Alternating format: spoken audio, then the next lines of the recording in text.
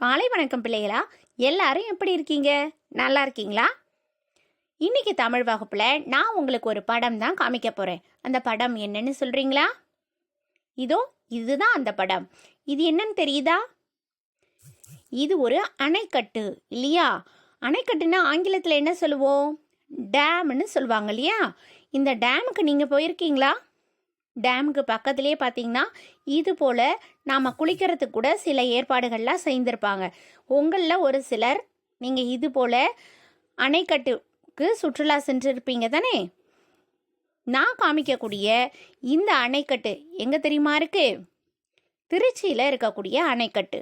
அதாவது திருச்சி மாவட்டத்திலேருந்து பக்கத்திலே இருக்கக்கூடியது. ஆனால் இந்த அணைக்கட்டு இருக்கக்கூடிய மாவட்டமும் தஞ்சாவூர் மாவட்டம். சரிங்களா? இந்த அணைக்கட்டு என்னவா இருக்கும் தெரியுமா உங்களுக்கு? இது கரிகால சோழன் அவர்கள் கட்டின கல்லணை தான் இந்த அணைக்கட்டு. சரிங்களா? நான் உங்களுக்கு காமிச்ச படம் என்னது? கல்லணை. இந்த கல்லணையை சுமார் 2ஆம் நூற்றாண்டுல ஆட்சி செய்த சோழ மன்னனான கரிகால சோழன் இவர்தான் கட்டினார். ரொம்ப ஆச்சரியமா இருக்குது இல்லையா? அதாவது நாம இப்ப இருக்கக்கூடியது 21வது நூற்றாண்டு. 2வது நூற்றாண்டுலேயே கட்டியிருக்காங்க இந்த கல்லணையை. ரொம்ப பழமையான ஒரு கல்லணை.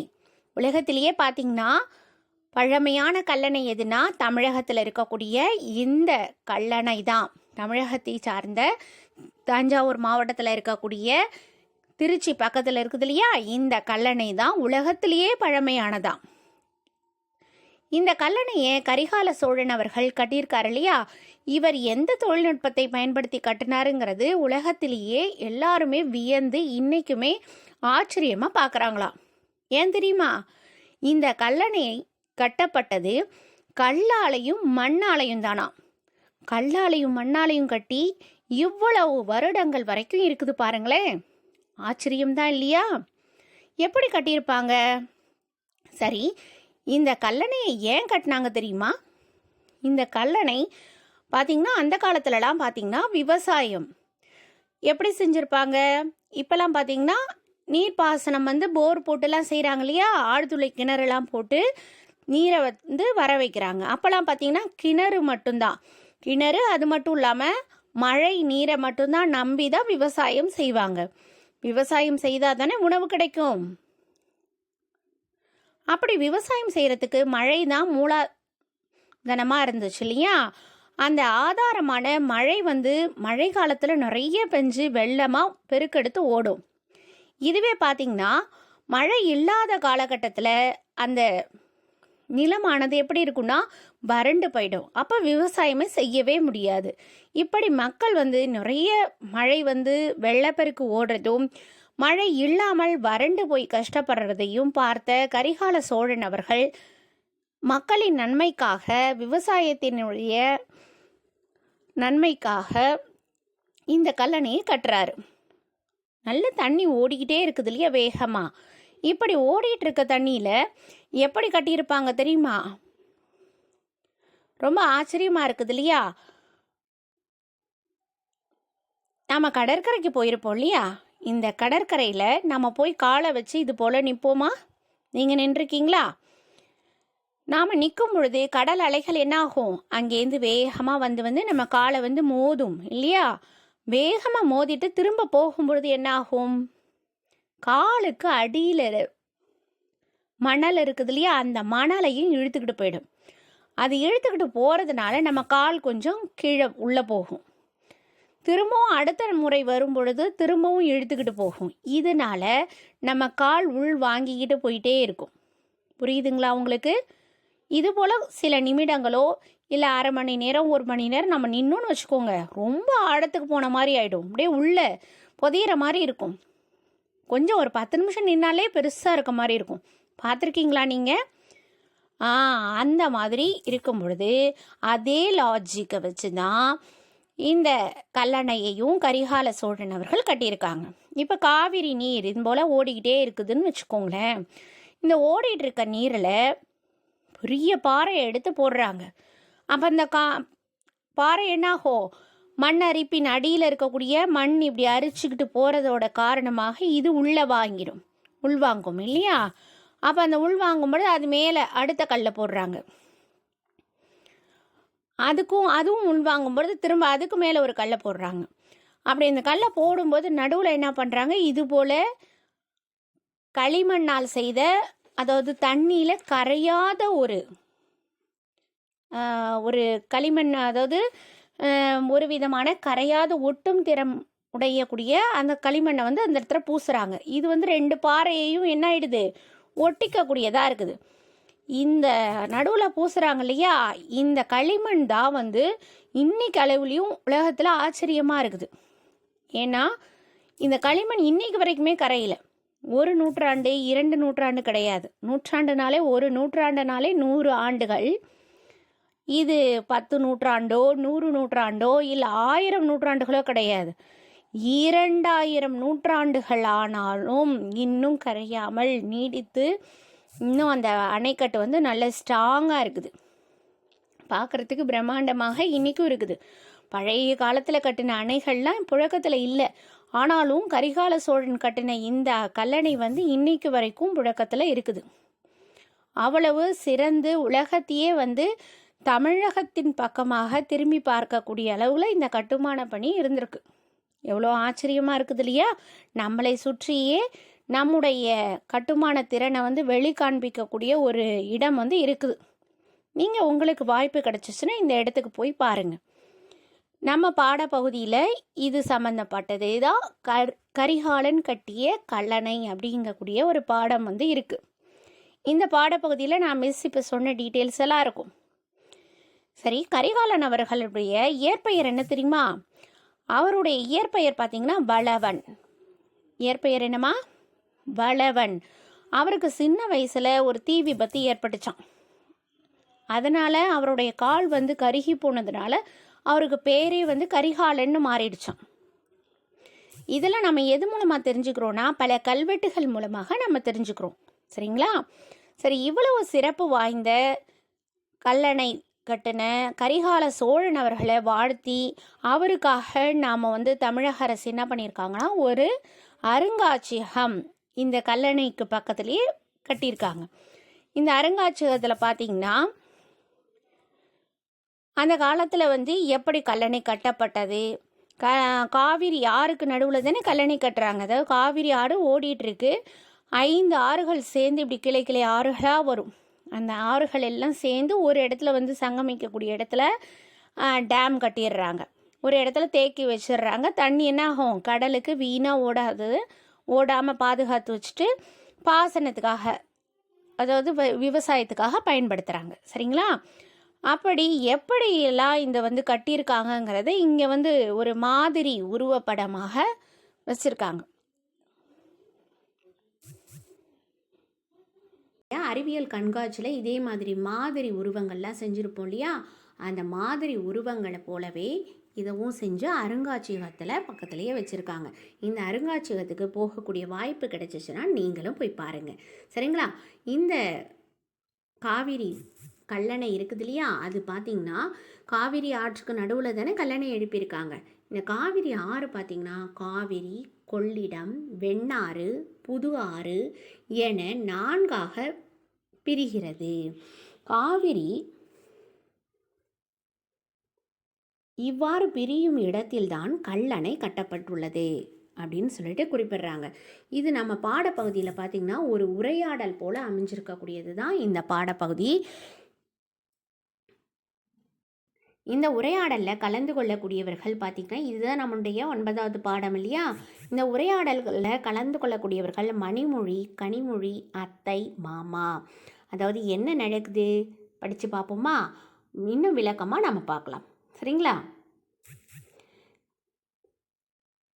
கரிகாலன் கட்டிய கல்லணை. மணிமொழியும் கனிமொழியும் தங்களது முதல் பருவ விடுப்பில் திருச்சியில் உள்ள தம் மாமா வீட்டிற்கு சென்றனர். யார் யார் போகிறாங்க? மணிமொழியும் கனிமொழியும் போகிறாங்க. அவங்களுடைய ஃபஸ்ட் டேர்ம் எக்ஸாம் முடியுது இல்லையா, அந்த லீவில் போகிறாங்க. நமக்கெல்லாம் செப்டம்பரில் வரும் யூஸ்வலாக. இப்போ இருக்கக்கூடிய சூழ்நிலை காரணமாக நமக்கு இல்லை இல்லையா? பாருங்களேன், முதல் பருவ விடுப்பில் திருச்சியில் இருக்கக்கூடிய அவங்க மாமா வீட்டுக்கு போகிறாங்க. கல்லணையை பார்க்க வேண்டும் என்ற விருப்பத்தினை மாமாவிடம் கூறினர். நாங்களும் இங்கே பார்த்தீங்கன்னா திருச்சினாலே புகழ்பெற்றது கல்லணை தான் இல்லையா? அந்த கல்லணைக்கு எங்களை அழைச்சிட்டு போங்க மாமா அப்படின்னு சொல்லிட்டு அவங்க சொல்கிறாங்க. அவங்க சொல்கிறதுனால அவங்க மாமா அவங்க அழைச்சிட்டு போகிறாங்க. மாமாவும் அதற்கு இசைந்துன்னா என்னது? ஒத்துக்கிட்டுன்னு அர்த்தம். சரிங்களா? இசைந்துன்னா என்னது? உடன்பாடு அப்படின்னு அர்த்தம். அதாவது ஒத்துக்கிட்டு அவங்க அழைச்சிட்டு போகிறாங்க. தமது குடும்ப உறுப்பினர்களையும் அழைத்து கொண்டு கல்லணைக்கு செல்கிறார். கல்லணைக்கு போகிறாங்க. போயிட்டு அங்கே என்ன நடக்குது? எல்லாரும் டைலாக் பேசுகிறாங்க இல்லையா? அது எல்லாத்தையும் நமக்கு உரையாடல் டைலாக்காக கொடுத்துருக்காங்க. நம்ம அதே மாதிரி படித்து பார்ப்போம். மணிமொழி சொல்கிறான், எனக்கு இந்த பயணம் மகிழ்ச்சியை தருகிறது மாமா அப்படின்னு மணிமொழி சொல்கிறான். கனிமொழி உடனே சொல்கிறா, எனக்கும் தான். ஏனென்றால் நம்மோடு அத்தையும் கபிலனும் வருவது மிகவும் மகிழ்ச்சியாக உள்ளது. கபிலன் யாரு? இதுலேயும் தெரியுதா? அத்தை மாமாவுடைய பையன்தான் கபிலன். கபிலன் கூட சேர்ந்து இவங்களும் வர்றது அவங்களுக்கு ரொம்ப சந்தோஷமாக இருக்குது. அத்தை சொல்கிறாங்க, நாம் பார்க்க போகும் கல்லணையை நெருங்கி விட்டோம். அந்த இடத்துக்கு வர்றதுக்கு கொஞ்சம் நேரத்துக்கு முன்னாடி இதெல்லாம் பேசுகிறாங்க. உடனே நெருங்கி விட்டோம்னு சொல்லி அத்தை சொல்கிறாங்க. மாமா சொல்கிறாங்க, வாருங்கள் கல்லணையை சுற்றி பார்ப்போம். கனிமொழி உடனே சொல்கிறா, மாமா கல்லணை எந்த மாவட்டத்தில் உள்ளது? கல்லணை இவங்க போயிருக்கிறது திருச்சி மாவட்டம். ஆனால் கல்லணை எங்கே இருக்குது? சரியா சொன்னீங்க, தஞ்சாவூர் மாவட்டத்தில் தான் இருக்குது இல்லையா? அதை தான் கனிமொழி கேட்குறா.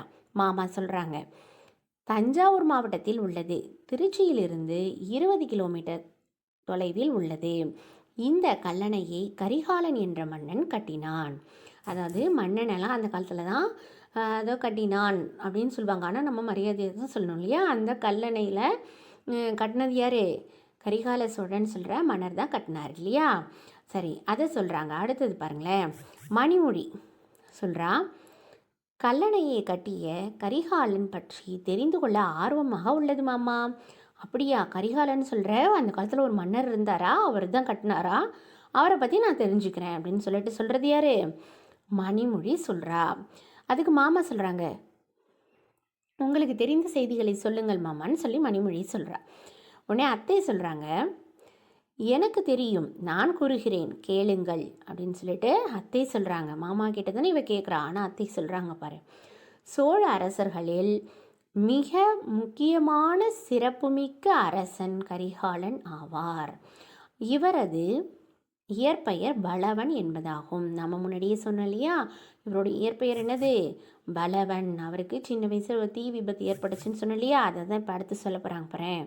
கனிமொழி, இவரது இயற்பெயர் பலவன் என்று சொல்கிறீர்கள். அப்படியானால் கரிகாலன் என்ற பெயர் எப்படி வந்தது? மாமா சொல்கிறாரு, கரிகாலன் என்பதற்கு கருகிய காலை உடையவன் என்பது பொருள். இளம் வயதில் இவருக்கு ஏற்பட்ட தீ விபத்தின் காரணமாக இப்பெயர் இவருக்கு வழங்கலாயிற்று அப்படின்னு சொல்லிட்டு மாமா சொல்கிறாங்க. இதை கேட்டுக்கிட்டே இருக்காங்க. யார் கேட்டுட்டு இருக்கிறது? மணிமொழியும் கனிமொழியும் கேட்டுட்டு இருக்காங்க. எங்கே நின்று கேட்குறாங்க? கல்லணைகிட்ட நின்று கேட்குறாங்க இல்லையா? அதாவது அந்த அணை மேலே நின்று கேட்குறாங்க. மணிமொழி சொல்கிறா, கல்லணை இவ்வளவு நீளமாகவும் பார்ப்பதற்கு எவ்வளவு அழகாகவும் இருக்கிறது. இந்த கல்லணையை கட்ட கரிகாலன் எடுத்துக்கொண்ட முயற்சியை கூறுங்கள் மாமா அப்படின்னு சொல்லிட்டு சொல்கிறா. எப்படி கல்லணை கட்டியிருப்பார் கரிகாலன்? உடனே கட்டியிருக்க முடியாது இல்லையா? ஏன்னா தொழில்நுட்ப வளர்ச்சி அதிகமாக இருக்கக்கூடிய இந்த காலகட்டத்திலேயே கல்லணை கட்டுறதுங்கிறது ரொம்ப கடினமான ஒரு விஷயம். அதாவது அணை கட்டுறதுங்கிறது ரொம்ப கடினமான விஷயம். ஆனால் அந்த காலத்தில் எப்படி இவ்வளோ கஷ்டப்பட்டு எப்படி கட்டியிருப்பார்? எனக்கு சொல்லுங்க மாமா அப்படின்னு சொல்லிட்டு அருமையாக கேட்குறது யாரு? மணிமொழி கேட்குறா. உடனே மாமா சொல்கிறாங்க, சரி கூறுகிறேன். எனது ஆசிரியர் எனக்கு சொன்ன செய்திகளை நான் உனக்கு கூறுகிறேன். யாரும் போய் பார்த்தது கிடையாது இல்லையா? அதாவது காது வழியாக செவி வழியாக கேட்ட செய்திகள் தான், படித்திருப்பாங்க சில விஷயங்களை. இதெல்லாம் எப்படி தெரிஞ்சிருப்பாங்க அப்படின்னா, கல்வெட்டுகளில் பொறிச்சு வச்சுருப்பாங்க, அதாவது எழுதி வச்சுருப்பாங்க. கல்வெட்டுகள்னால் என்னது? இந்த நீங்கள் கோயில் பக்கத்தில் இந்த மாதிரி நிறைய இடங்கள்லாம் போகும்போது பழைய அந்த காலத்து அரண்மனை இந்த மாதிரி நிறைய இடங்களில் போகும்பொழுது குறிப்புகள் எழுதி வச்சுருப்பாங்க. ஆணியை வச்சு குறிப்புகள் எழுதி வச்சுருப்பாங்க. அந்த மாதிரி கல்வெட்டுகளை வச்சு தான் எல்லாருமே தெரிஞ்சுக்கக்கூடியது. ஓ, இந்த மன்னன் கட்டினாங்க, இப்படி கட்டினாங்க, இத்தனை ஆட்களை வச்சு கட்டினாங்க, இதெல்லாம் தெரிஞ்சுக்கிறாங்க. ஸோ அதை வச்சு நான் வந்து என்னுடைய ஆசிரியர் எனக்கு சொன்னதை வச்சு நான் உங்களுக்கு சொல்கிறேன்னு மாமா சொல்கிறாரு. தற்போது பயன்பாட்டில் உள்ள மிக பழமையான ஒரே அணை கல்லணை. அதாவது அந்த காலத்தில் நிறைய அணைகள் கட்டினாங்க, ஆனாலும் இன்னைக்கு வரைக்கும் அப்டேட்டாக இருக்கக்கூடிய ஒரு அணை எதுனா கல்லணை தான். இதுவே உலகின் மிக பழமையான நீர்ப்பாசன திட்டம் எனவும் கூறப்படுகிறது. மணலில் அடித்தளம் அமைத்து கட்டியுள்ளார்கள். மணலில் தான் அடித்தளம் வச்சுருக்காங்க. மணல் இருக்கு இல்லையா, ஓடுற மணலை தான் பேசிக்காக வச்சுருக்காங்க. அது மேலே தானே கல்லை போட்டாங்க. நான் உங்களுக்கு காமிச்சேன் இல்லையா, அதை தான் அப்படி சொல்கிறாங்க. அடித்தளம்னா அந்த பேசிக்னு அர்த்தம். ஓகேவா? இது பழந்தமிழரின் தொழில்நுட்பத்துக்கு சான்றாகும்.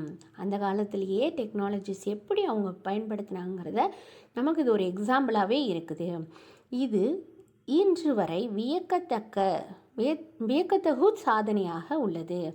நம்ம எல்லாம் வியந்துனது ஆச்சரியப்பட்டு நம்ம பார்க்கக்கூடியது வகையில் இருக்குது. இது ஒரு மிகப்பெரிய ஒரு சாதனை இல்லையா? அணை கட்டுறதுங்கிறது சாதாரண விஷயம் இல்லை. சில திரைப்படங்கள் மூலமாக கூட நீங்கள் பார்த்துருப்பீங்க, அணை கட்டுறதுக்கு ஊரே சேர்ந்து கட்டுவாங்க இல்லையா? அப்போ அந்த அணைங்கிறது ரொம்ப பெரிய விஷயம், சாதனை பண்ணக்கூடிய விஷயம். அதுவும் வந்து வியப்பாக பார்க்க மாதிரி இருக்குது. அந்த காலத்தில் தொழில்நுட்பமே வளர்ச்சியே கிடையாது. அப்போவே இந்த மாதிரிலாம் கட்டியிருக்காங்களே, நம்மளை வந்து ஆச்சரியமாக நம்ம பார்க்குற மாதிரி இருக்குது. அதை தான் சொல்கிறாங்க. உடனே மணிமொழி சொல்கிறா, ஓ அப்படியா மாமா? மாமா சொல்கிறாங்க, ஆம், காவிரியில் அடிக்கடி பெருவெள்ளம் வரும். ஆனால் அந்த நீர் எதற்கும் பயன்படாமல் கடலுக்கு சென்றுவிடும் இல்லையா? ஏன்னா காவிரின்னு சொல்கிறது நிறைய ஆறுகள் சேர்ந்தது. கொள்ளிடம், வெண்ணாறு, புது ஆறு, நான் முன்னாடி சொன்னேன் இல்லையா, அந்த ஆறுகள் எல்லாம் சேர்ந்து வந்தது தான் காவிரி. ஒரு நேரத்தில் எல்லாம் மழை பெஞ்சு எல்லா இடத்துலேருந்தும் வந்துடும். அப்போ என்னாகும், ஆறாக வெள்ளம் பெருக்கெடுத்து ஓடிட்டு அது போய் வேஸ்ட்டாக போய் கடலில் கலந்துரும். அப்புறம் மழையே இல்லாமல் கஷ்டப்படுவாங்க. அதை தான் சொல்கிறாங்க பாரு. மக்கள் மழை காலத்தில் வெள்ளப்பெருக்காலும் கோடை காலத்தில் நீர் இன்றியும் மக்கள் துயரப்படுவதைக் கண்டு அதனை தடுக்கும் பொருட்டு பெரியதோர் அணையை கட்ட முடிவெடுத்தான் கரிகாலன். அதாவது மக்கள் இப்படியெல்லாம் கஷ்டப்படுறாங்க, இந்த மக்களினுடைய துயரை நாம் போக்கணும் அப்படின்னு சொல்லிட்டு கரிகால சோழன் என்ன பண்ணுறாரு, இந்த அணைக்கட்டை கட்டுறாரு அப்படின்னு சொல்கிறாங்க. அப்போதே இரும்பு கம்பிகள், சிமெண்ட் இருந்ததா மாமா அப்படின்னு மணிமொழி கேட்குறான்.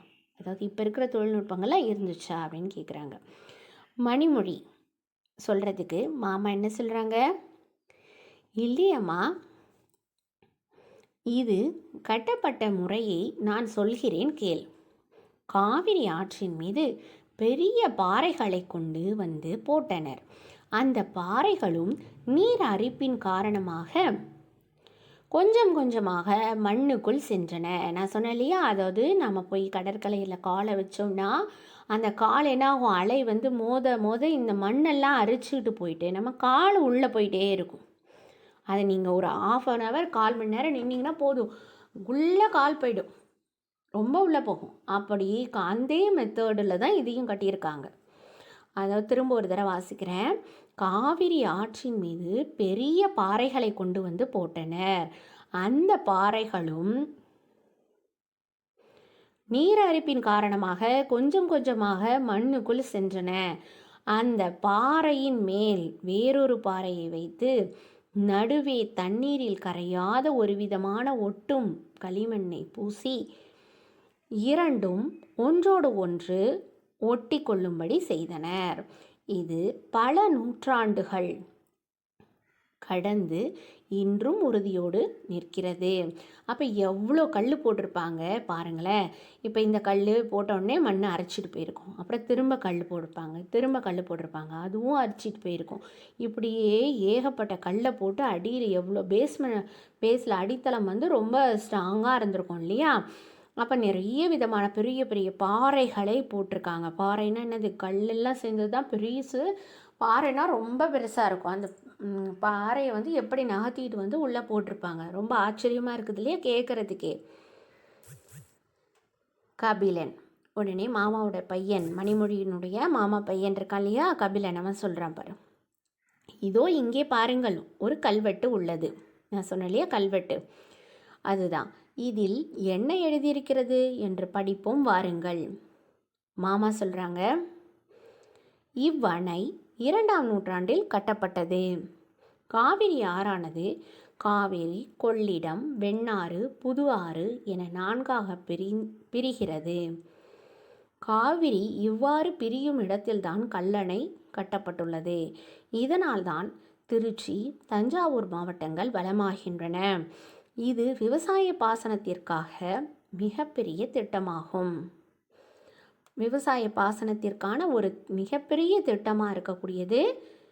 அதாவது திட்டம்னா என்னது, அதுக்கான ஒரு விவசாயம் செய்கிறதுக்கு ஒரு சோர்ஸே அதுதான். அதுதான் இருக்கிறதுனால தான் அவங்களால விவசாயம் செய்ய முடியுது. தஞ்சாவூர் மாவட்டத்தில், திருச்சி மாவட்டத்திலலாம் நிறைய தோப்புகள், வயல்வெளிகள்லாம் இருந்திருக்கும். நீங்கள் அந்த ஊர் பக்கம்லாம் நீங்கள் போயிருந்தீங்கன்னா உங்களுக்கு தெரிஞ்சிருக்கும். இங்கே இருக்கிற மாதிரி இருக்காது. அது வந்து கட்டடங்கள் பார்த்திங்கன்னா ஒரு பக்கம் டவுன் இருந்தாலும் ஒரு பக்கம் விவசாய நிலங்கள் நிறைய இருக்கும். அது எல்லாத்துக்கும் சோர்ஸ் பார்த்திங்கன்னா, அதாவது அதனுடைய நீர் ஆதாரம் பார்த்திங்கன்னா இந்த கல்லணையிலேருந்து வரக்கூடிய தண்ணியை வச்சு தான் அவங்க பயன்படுத்துகிறாங்க. அடுத்தது அத்தை சொல்கிறாங்க, சரி டைம் ஆயிடுச்சுல, ரொம்ப நேரம் பேசிகிட்டு இருந்துட்டோம், மதிய உணவு கொண்டு வந்துள்ளேன், மரநிழலில் அமர்ந்து அனைவரும் உணவு உண்போம் வாருங்கள்னு சொல்லிட்டு கூப்பிட்றது யாரு, அத்தை கூப்பிட்றாங்க. கன்னிமொழி சொல்கிறா, கல்லணை பார்ப்பதற்கு கண்ணையும் கருத்தையும் கவரும் வகையில் அமைந்துள்ளது. கண்ணைன்னா என்னது, நம்ம கண்ணை பார்க்குறதுக்கு ரொம்ப அருமையாக இருக்குது. கருத்தையும்னா நம்ம சிந்தனையை தோன்ற மாதிரி இருக்குது. எப்படி பண்ணியிருக்காங்க, அதுவும் எவ்வளோ ஒரு அழகாக பண்ணியிருக்காங்க, இந்த மாதிரி சிந்திச்சு கஷ்டப்பட்டு அந்த காலத்துலேயே உருவாக்கியிருக்காங்க அப்படின்னு சொல்லி நம்முடைய சிந்தனையை தூண்டக்கூடிய வகையில் இருக்குது. அதுதான் கருத்தையும் அப்படின்னு சொல்கிறாங்க.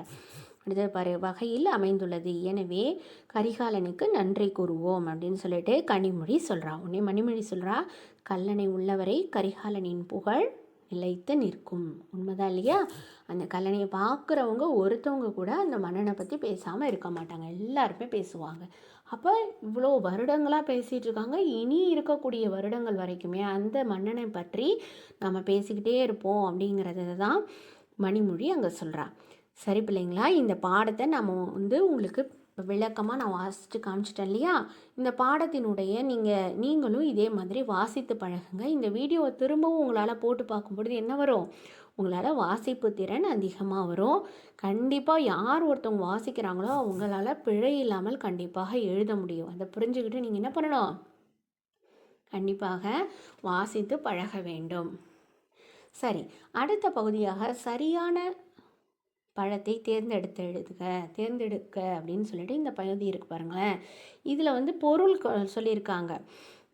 வார்த்தைகள், கடினமான வார்த்தைகள் இங்கே கொடுத்துட்டு அதோட பொருளை வந்து கொடுத்துருக்காங்க. முதல்ல இந்த பொருள் எல்லாத்தையும் நம்ம படித்து பார்த்துப்போம். அப்போ தான் எதுக்கு எது பொருத்தணுங்கிறது தெரியும். எக்ஸாமில் கூட அப்படி தான், நீங்கள் என்றைக்குமே இந்த கொடுத்துருக்கக்கூடிய ஆப்ஷனை படித்து முடிச்சிடணும். படிச்சுட்டிங்கன்னா இதை வாசிக்கும் போதே உங்களுக்கு எந்த வினாவிற்கு எந்த விடைங்கிறது உங்களுக்கு தெரிய வரும். சரிங்களா?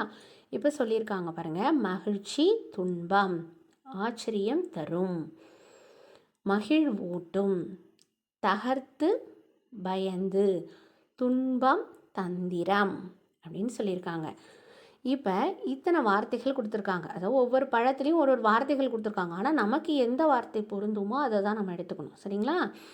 துயரம், துயரம்ங்கிறதோட பொருள் என்ன, துயரம் அடைந்தான் அப்படின்னா துன்பம் அடைந்தான் அப்படின்னு அர்த்தம், துன்பம். சரிங்களா?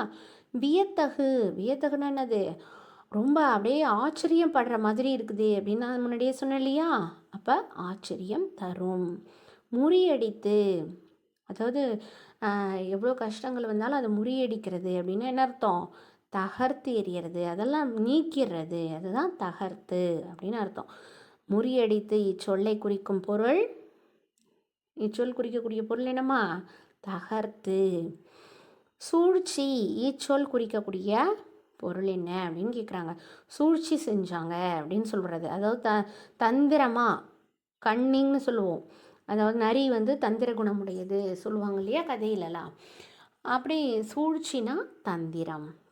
பொருள் தெரிஞ்சிச்சிங்களா உங்களுக்கு? துயரம்னா என்ன பொருள், துயரம்னா துன்பம், வியத்தகு ஆச்சரியம் தரும், முறியடித்து, தகர்த்து, சூழ்ச்சி, தந்திரம்.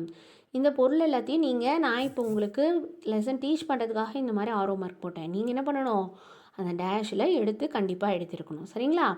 அடுத்தது சரியான விடையை தேர்ந்தெடுத்து எழுதுக. இந்த பகுதி தான் பாருங்கள். பெருவெள்ளம் இச்சொல்லை பிரித்து எழுத கிடைப்பது. பெருவெள்ளம் இந்த சொல்லை எப்படி பிரித்து எழுதலாம்? அதாவது இங்கே ஆப்ஷன்ஸ் கொடுத்துருக்காங்க பாருங்கள். பெருவெள்ளம், பெருமை கூட்டல் வெள்ளம், பெரு கூட்டல் வெள்ளம், பெரிய கூட்டல் வெள்ளம், பெரு கூட்டல் உள்ளம்னு கொடுத்துருக்காங்க. இதெல்லாம் வராது, பார்த்தாலே தெரியுது. நீங்கள் இந்த மாதிரி 4 ஆப்ஷன் கொடுக்கும்போது எக்ஸாம்லேயுமே 4 ஆப்ஷனையும் என்ன பண்ணணும், படித்து பார்க்கணும். எடுத்த உடனே போனீங்கன்னா ஏதாவது ஒரு தவறு வந்துடும். 4த்தையும் படித்து பாருங்கள். பெரு கூட்டல் வெள்ளம் இதுவும் வராது, பெரிய கூட்டல் வெள்ளமும் வராது. அப்போ விடை என்னது? பெருமை கூட்டல் வெள்ளங்கிறது தான் சரியான விடை. தங்கி இருந்த இச்சொல்லை பிரித்தெழுத கிடைக்கக்கூடியது எது? தங்கி கூட்டல் இருந்த. ஈ இருக்குது இல்லையா, இது நடுவில் ஈ சேர்றதுனால தான் அந்த மாதிரி இது ரெண்டும் சேர்ந்துட்டு உங்களுக்கு ஈயாக வருது. அப்போ பிரிக்கும்போது விடையாக வரக்கூடியது எது? தங்கி கூட்டல் இருந்த. அமைந்துள்ளது, இந்த அமைந்துள்ளது வார்த்தையெல்லாம் நீங்கள் ஏற்கனவே படிச்சிருக்கீங்க இல்லையம்மா. அமைந்து கூட்டல் உள்ளது. அரசு கூட்டல் ஆட்சி, அரசாட்சி. இதுதான் சரியான விடை. நான் டிக் பண்ணியிருக்க மாதிரி நீங்கள் என்ன பண்ணக்கூடாது, டிக் பண்ணக்கூடாது. கண்டிப்பாக எடுத்து அந்த கோடிட்ட இடத்துல நீங்கள் எழுதணும். நீர் கூட்டல் பாசனம் சேர்த்து எழுதும்போது கிடைக்கக்கூடிய சொல் என்னது? நீர் பாசனம். எந்த ஒரு மாற்றமும் இல்லாமல் அப்படியே சேரும். சரிங்களா? நீர் பாசனத்துக்கு உதவக்கூடியது எது? அணைக்கட்டு தான். அதுவும் திருச்சி மாவட்டத்துக்கு பக்கத்தில் இருக்கக்கூடிய தஞ்சாவூர் மாவட்டம், திருச்சி மாவட்டத்து மக்களுக்குடைய விவசாய நீர்ப்பாசனத்துக்கு உதவக்கூடியது கல்லணை அணை. மறக்கக்கூடாது. என்ன? பந்தை அதன் எதிர்ச்சொல் கூடையில் போடலாமான்னு கேட்டிருக்காங்க. முதல்ல பந்தை படிப்போம். சரிங்களா? இந்த கூடையில் பார்த்திங்கன்னா கூடைப்பந்து ஆட்டத்தில் இந்த கூடை இருக்கும் இல்லையா, அதுக்குள்ளே பந்து போடுவாங்க, அப்படி தானம்மா? சரி, அந்த பந்தை முதல்ல படித்து பார்ப்போமா? தொலைவில், எதிரிகள், பழைமை, அடித்தளம், பெரிய. இந்த பெரிய இங்கே இருக்கக்கூடியது நம்ம படித்து பார்ப்போம். புதுமை, சிறிய, அருகில், நண்பர்கள், மேல்தளம். இப்போ சொல்லுங்கள் பார்ப்போம்.